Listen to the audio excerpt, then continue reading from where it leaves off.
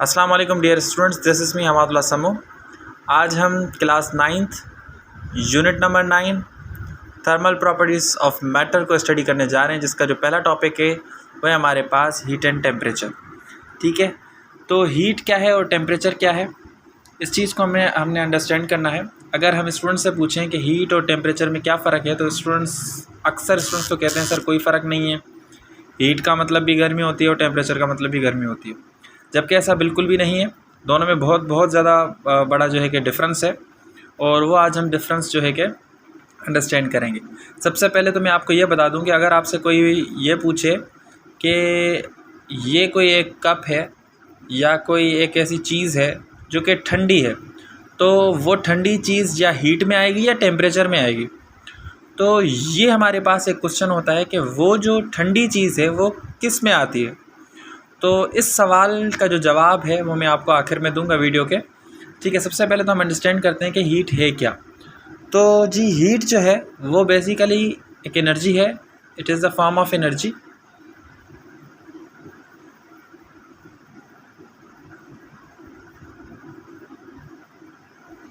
Heat energy का एक form है। ठीक है, और बिल्कुल इस पर भी कंजर्वेशन ऑफ एनर्जी के लॉज अप्लाई होते हैं कि हीट कैन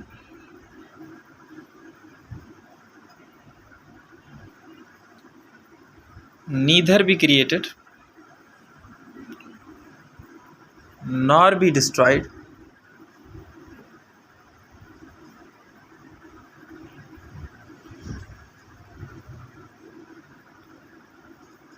ठीक है, but it can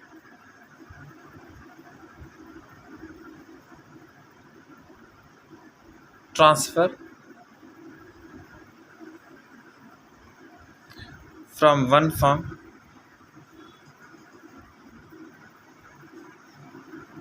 to another। जी बिल्कुल, हीट जो है वो भी एक फॉर्म से दूसरे फॉर्म में मुंतकिल हो सकती है। ये बिल्कुल ट्रू स्टेटमेंट है। और इस तरीके से हमारे पास हीट जो है वो मैकेनिकल एनर्जी में भी ट्रांसफ़र हो सकती है, केमिकल एनर्जी में भी ट्रांसफ़र हो सकती है, और भी मुख्तलिफ़ जगहों पे जो हीट है हमारे पास वो ट्रांसफ़र हो सकती है। चले जी, अब थोड़ा हम स्टडी करते हैं कि ये जो बेसिकली हीट है ये हमारे पास क्वांटिटी कौन सी आती है। तो it is a derived quantity, ये एक ड्राइव्ड क्वांटिटी है। अच्छा, कैसे ड्राइव्ड क्वांटिटी है? क्योंकि एनर्जी हमारे पास क्वांटिटी है। ठीक है, क्योंकि एनर्जी हमारे पास क्वांटिटी है, तो ये एनर्जी एक ड्राइव्ड क्वांटिटी है, क्योंकि ये एनर्जी का एक फॉर्म है। तो इस वजह से जिस तरीके से एनर्जी एक क्वांटिटी है, तो वैसे भी हीट भी हमारे पास एक क्वांटिटी होगी। तो हीट जो है वो हमारे पास ड्राइव्ड क्वांटिटी होगी। क्यों? क्योंकि इसका जो यूनिट है, its unit is joule.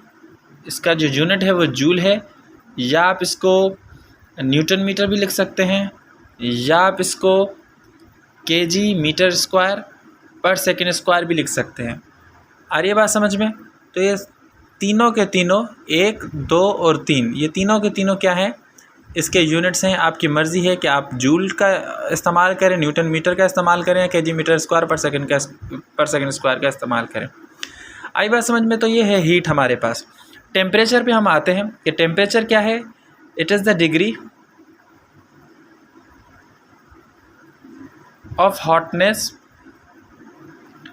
And coldness. जो हमारे पास टेम्परेचर है वो डिग्री है बेसिकली हॉटनेस एंड कोल्डनेस की। वो हमें ये बताती है कि किसी चीज़ के अंदर कितनी गर्मी है, यानी कौन सी चीज़ कितनी गर्म है और कौन सी चीज़ कितनी ठंडी है हमारे पास। ठीक है जी, तो कैसे पता लगेगा? वही क्वेश्चन जो मैंने आपको शुरुआत में किया था कि कैसे हमें पता लगेगा कि कौन सी चीज़ कितनी गर्म है और कितनी ठंडी है। तो ये हमें पता लगता है इस हीट से। जिस चीज़ के अंदर हीट ज़्यादा होगी वो हॉटनेस में आएगा, और जिस चीज़ के अंदर हीट कम होगी वो हमारे पास कोल्डनेस में आएगा। आ रही है बात समझ में? तो टेम्परेचर बेसिकली एक एक्सपीरियंस करने वाली बात है। अगर आप किसी चीज़ को फील कर रहे हैं हाथ लगा कर भी, जी बिल्कुल, हाथ लगा कर भी अगर आप किसी चीज़ को फील कर रहे हैं कि ये चीज़ गर्म है या ये चीज़ ठंडी है, तो ये भी आप दरअसल टेम्परेचर में ही आ रहा है, क्योंकि ये भी आप टेम्परेचर ही मालूम कर रहे हैं। आ रही है बात समझ में? अगर दो चीज़ें गर्म हैं और एक चीज़ उनमें से थोड़ी ज़्यादा गर्म है और थोड़ी कम गर्म है, तो आप कहोगे कि ये थोड़ा जस्ट ज़्यादा गर्म है और ये थोड़े से कम गर्म है। बेसिकली ज़्यादा गर्म और कम गर्म का मतलब ये है कि वो चीज़, उसका टेम्परेचर थोड़ा ज़्यादा राइज़ किया हुआ है, और वो चीज़ जिसका जो कम गर्म है उस बेसिकली उसका जो उसमें जो हीट है वो कम दी हुई है, यानी उसका जो टेम्परेचर है वो गिरा हुआ है थोड़ा सा। ठीक है, तो आप जो ये हाथों से भी इवन चेक करते हैं, हमारे हाथ बजाते खुद एक जो है कि थर्मामीटर की तरह काम करते हैं, वो भी टेम्परेचर मेजर करते हैं कि टेम्परेचर आपका कितना है। ठीक है, तो अगर आप किसी ठंडी चीज़ को हाथ लगा रहे हैं तो वो भी टेम्परेचर में आएगी और उसके अंदर भी हीट होती है, लेकिन उतनी नहीं होती जितनी आप चाह रहे होते हैं, जितनी आप, या हम इस तरीके से कहें कि आपके हाथों के अंदर भी कुछ हीट है, उसका भी एक टेम्परेचर, एक पर्टिकुलर टेम्परेचर है जो कि 98 डिग्री फ़ारेनहाइट पे आता है।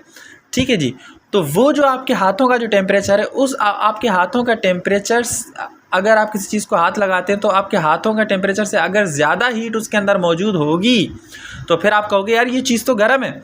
और अगर आपके हाथों से कम, यानी आपके हाथों में जो 98 डिग्री फ़ारेनहाइट जो आपके पास हीट मौजूद है, टेम्परेचर जो मौजूद है, उससे अगर कम हीट किसी चीज़ के अंदर मौजूद है तो आप क्या कहते हैं कि वो जो चीज़ है आपके पास वो ठंडी है। बेसिकली वो उस चीज़ का जो टेम्परेचर है वो आपके हाथों के टेम्परेचर से गिरा हुआ है। आ रही है बात समझ में? तो ये हमारे पास हॉटनेस और कोल्डनेस का एक सिस्टम आता है। चलें जी, तो अब ये जो हमारे पास टेम्परेचर जो है, क्या ये भी क्वांटिटी है? जी बिल्कुल, ये भी क्वांटिटी है। ये तो मेन क्वांटिटी है। थर्मोडायनामिक टेम्परेचर जो हम फिजिकल क्वांटिटीज़ में पढ़ाते हैं आप लोगों को, तो टेम्परेचर तो हमारे पास फंडामेंटल क्वांटिटी है, तो हम कहेंगे it is a fundamental quantity. Yes, fundamental